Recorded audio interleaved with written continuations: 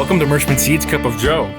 On this episode, Area Sales Manager David Williams from the Southwest Missouri and Eastern Kansas area has an update on his territory. David highlights the growing season last year and challenges farmers overcame, as well as what crops farmers are growing in Missouri. Ben showcases a weather map highlighting weather in David's area for the next 2 weeks. Find out what Merschman Soybean varieties farmers are growing in David's area. Hi, this is Joe Merschman.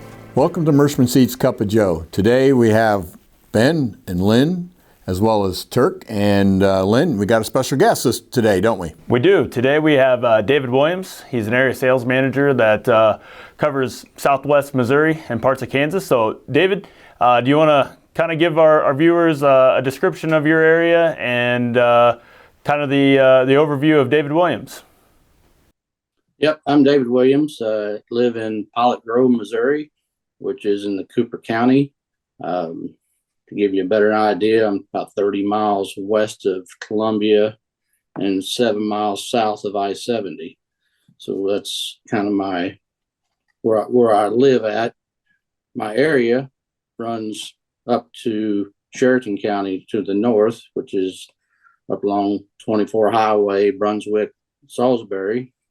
I come back down to I-70, kind of cuts my counties as they go south, and I go all the way down to Springfield, Joplin, all that area. And then on the other side, I go from to Jefferson City south, and then I go out into Kansas, a few counties out in Kansas. So that's kind of my area that I cover. That's a pretty big territory. What are the conditions out like right now? We're looking at an air time of the last week of March. I know planting happens pretty early in your area. What are the conditions like right now? Well, we're wet and cool. My south guys, I talked to 2 or 3 of them in the last couple of days. Jesse Medlin down at Lamar. They've been putting on anhydrous, and he said they was getting ready to hook to equipment and start working some dirt. But in the forecast, what it was not going to start planting corn yet, but they're that close to being ready. It's just too wet and cool, and not the forecast we want to plant in front of. What are the earliest planting dates that you have for insurance down there? That's kind of a rule of thumb when the flags drop and the racing starts. What's your earliest planting date typically? Well, it goes by counties naturally, but for right here in my area, the 15th of April is now the soybean date, and I think the 1st of April on corn. Do you see a trend where guys are planting soybeans earlier and earlier? There's getting to be more of that. It seems like each year more people talk about it, ask about it, ask your opinion about it. And I said, well, try it and see what happens in your situation. I said, most of them getting along with it well so far, but we haven't had one of them years yet that they get the beans up and get a hard killing frost and kills them, and they have to replant them. So that may put a little damper on some of it, but so far it's worked out pretty well. Yeah, I always suggest to guys, when you're doing that ultra early planting, even ahead of the insurance dates, plant as many acres as you're willing to replant, because that's always a thought. When we're talking about cooler conditions, I found a website that I kind of wanted to share here, the agweather.com, and that is ag-wx.com has a slide of a whole bunch of different maps and charts and graphs for what's going on in the world of weather. But I found this one to be an interesting one that I thought a lot of our growers and viewers could use. So what you're looking at when you look at this screen, it is 7 a.m.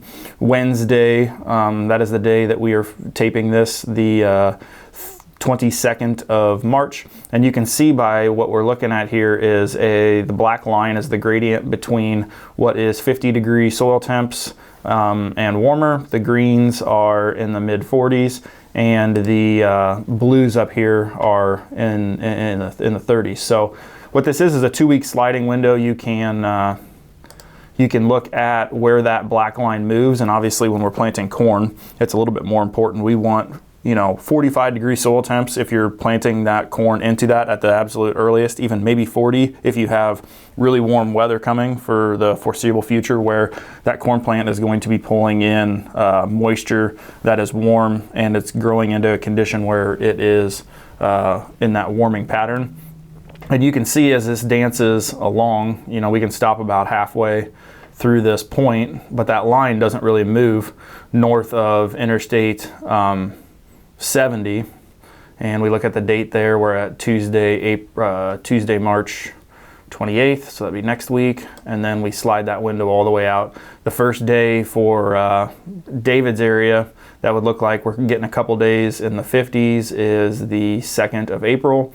And then we continue to scroll that line all the way through to the 2-week window, and it shows that that not frost line, but that 50-degree line pulls further to the south. So this may be a perfect condition where planting soybeans first is going to be the better option, because you definitely don't want to be planting corn into temperatures where you're looking at the mid upper 30s, where that line keeps bouncing around for not knowing where the soil temps are going to be. What's the date on that, Ben, right there? This is the 7th of April. So this is the first full week. So it looks like the projection is for things to warm up and then pull back to cold. Correct. We'll get our fall spring, and then we'll be right back to almost where we were when we look at this as the time of recording. Correct. So that brings you to what you want to bring up, Turk, a little bit right now. I heard frogs croaking or peepers croaking this morning, and the old saying is that when you hear them for the first time, they'll look through ice twice more. So I hear sometimes it's three times. Three times more, yeah, two to three times more. So we got cold weather coming back if the old timers know what they're talking about. Correct. So I thought that was kind of interesting, David, playing into kind of what you were talking about, how the weather is cooler down in that neck of the woods. So we kind of got to look at what the next 2 weeks is going to bring. I kind of want to know, what was the growing season like in your area last year, and what challenges did farmers face in your area? From I-70 north, you'd almost break my territory down into three areas. I-70 north, I-70 to Highway 50 or 52 possibly, and then on south. Last year, north, they were dry early. They were planting early. We'd be getting rains here.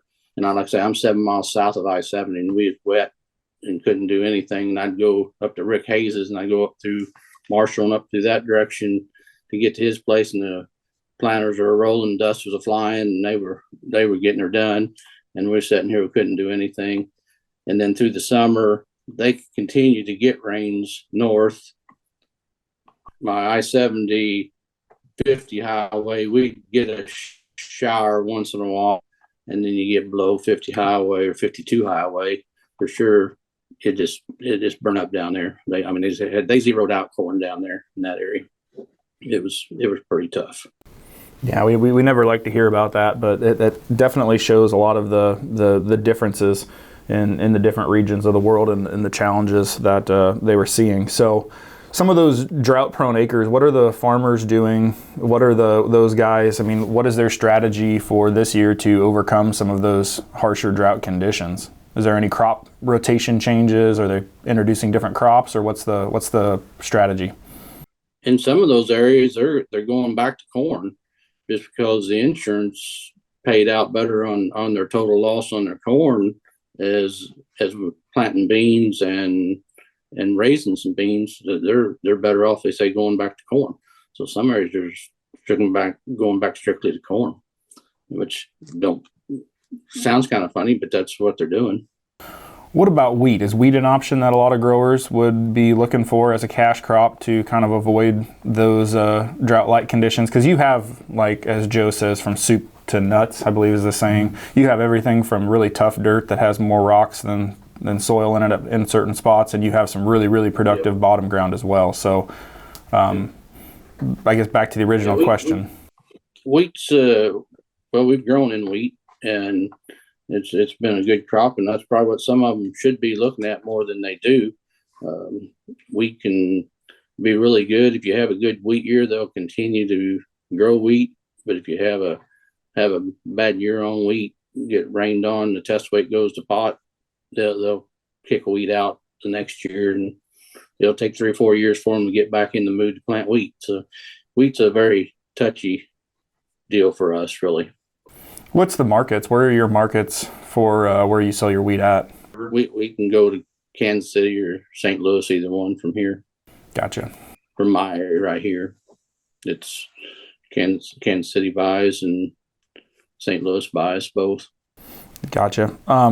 What is a really good wheat yield in your area? And then a lot of guys would probably double crop that. What's that typically look like? Everybody'd like to raise 100 bushel wheat, but if they raise 60 to 80 bushel wheat, they're pretty happy most of the time. And then double crop and get 30, 40 bushel beans is a pretty good deal. Do you have many of your growers planting the ultra earlies and trying to capture that middle of June harvest frame where you can get the double crops planted early, or what's the wheat buying pattern in your area? Well, they use all of it, but yeah, there's several of them that like the ultra early and strictly just plant ultra early for that reason, so they can get in there a few days early, get it out, and get the double crops in. So yeah, it's a program they're using. What is the typical date that you would be harvesting a Katie or a Binti ultra early product down in your area? We're usually probably 20th of June, about as early as we get going.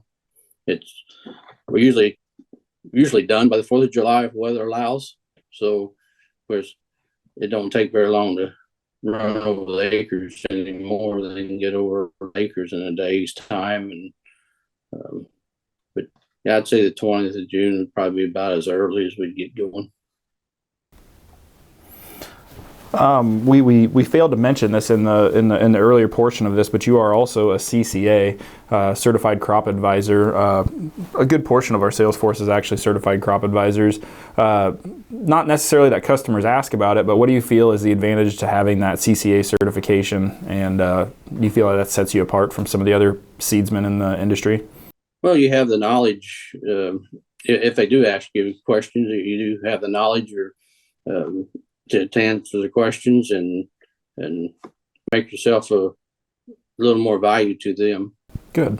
So what are you looking forward to for this coming year, David? On varieties, and what kind of maturities do you guys plant down in your area? Well, we run from our 3.6 Kennedy all the way to the 4.8 Dallas. I've got such a wide spread, but if you take, again, the 70 and north, they'll run the Kennedys. The new Truman will be Monroe in there, also Truman. We'll go down to the 4.3 Norfolk north of 70, and then we get down below 70. We'll plant the 3.6 to 4.8 down to say 50 highway. You get below 50 highway, and then they want to stay in that, definitely a group 4. They don't, very few 3s get planted below 50 highway.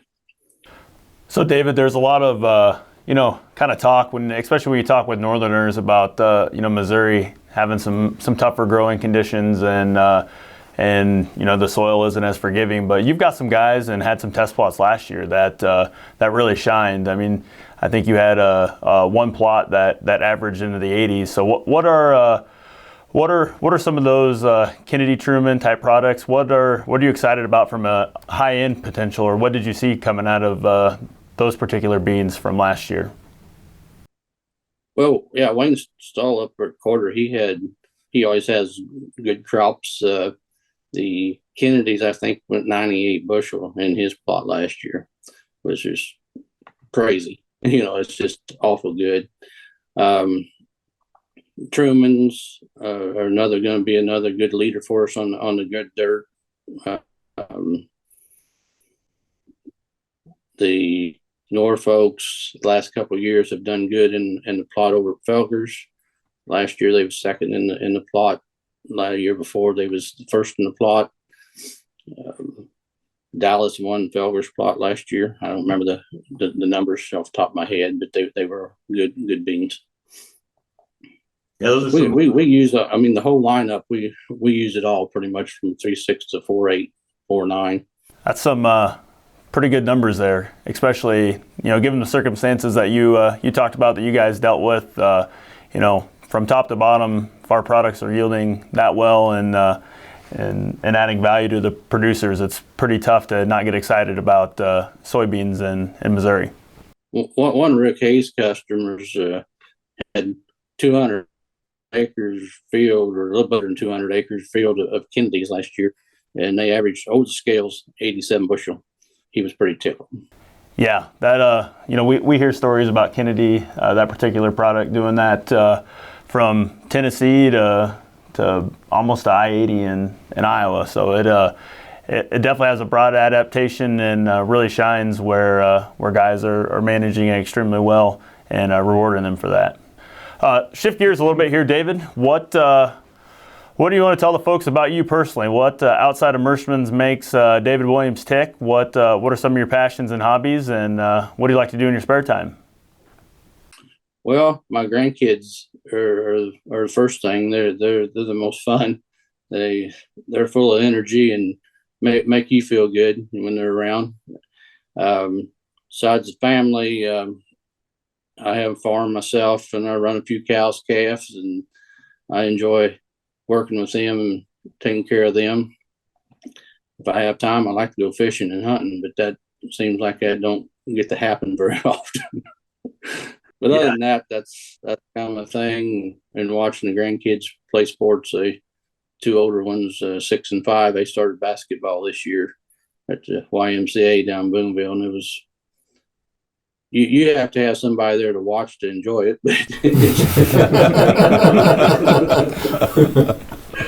They had a good time. But that's my main thing anymore. Spending time with the kids. That's kind of a common thread. I mean, the kids and grandkids as well, but a lot of our sales managers have a pretty close tie. I mean, you can kind of see the trend. A lot of our sales managers have a real close tie to the farm and have actual practical experience that ties into the recommendations, whether they're CCAs or not. I mean, they have their working knowledge of what it goes in and what the risks are like, and knowing which products that have to be placed where and what that means to their end user is unbelievably valuable, in my opinion. So, I've got a few acres of crop ground out there too. It's in creek bottom, and my heart done is not enough for me to justify having all the equipment, but I get to see our products, and I'm going to corn this year, so I'm going to try to get all 3 numbers on the acres out there, so I can be able to watch them pretty close, on my own place, see what they do. Yeah, we're pretty excited about this new corn line. Is there any one number that you're in particular excited about for the new Merschman corn line? We have 3 of them that we get a look at, but is there one that you're particularly excited about? I think just by reading on it, the 115-day corn is going to be probably the most adaptable for my area. The 14, I think, would be fine in your better ground and creek bottoms and good dirt type things. Yeah, one of the unique things about the 115-day, we don't have food grade certification yet, but some of the qualities of that corn, and I know you have some customers that fall into this where they like super heavy test weight corn, almost food grade, where they get premium for it in your area and certain river terminals. That's going to be a great quality out of that 115 days, the test weight, and maybe in the next year or two we'll have Frito-Lay style certification or food grade quality certification for that product. So lots of good things coming out of the Merschman lineup, and lots of exciting things, whether it be the wheat lines, the corn lines, or the staple, which is our beans. So that's wonderful. Turk, Joe? Well, Turk, you got anything more besides the frogs? So keep an eye on the markets. Yeah. They're continuing to go down here, and hopefully everybody's got their old crop priced and already got it down the river. I hope so. I have just a little bit more to add to about spring, and this is a local neighbor lady that lives down the street from here named Sally Denning, and she's been always my secret advisor about spring for many, many years. And she has the ability to, at the change of the seasons, something that she was taught in her family about, paying attention to wind directions, the prevailing winds and whatnot. And I don't know exactly all goes into it, but she calls it the signs of the season and whatnot. But as you know, spring was officially March 20th this week at 4:24 p.m. So she sent me a text. Today, spring comes in at 4:24 p.m. The wind is out of the southwest, 2 exclamation points. It has been there all day. In the next 24 hours, will stay in the southwest, the south, and possibly southeast. Yay. Well, what that means, she says, is we should have southerly winds as our prevailing wind for spring. So that means we should theoretically stay warm. Now, we just looked at one of your models, and so we'll see which one's right. The going by the signs of the season or our predictive model by modern weather forecasters. So something to think about. But anyhow, since we were talking about spring a lot and getting all excited about planning, I thought I'd throw a couple corny jokes in on spring.